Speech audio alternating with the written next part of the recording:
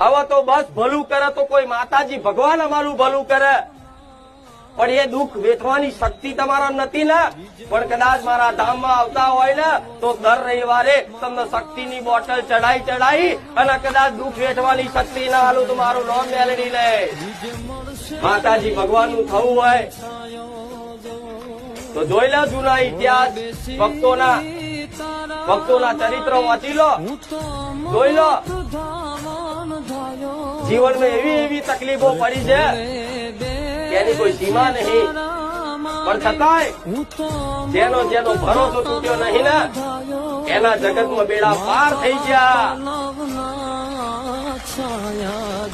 એટલે જ્યાં સુધી તમારો વિશ્વાસ ને તમારો ભરોસો કોઈ પણ દેવી શક્તિ પર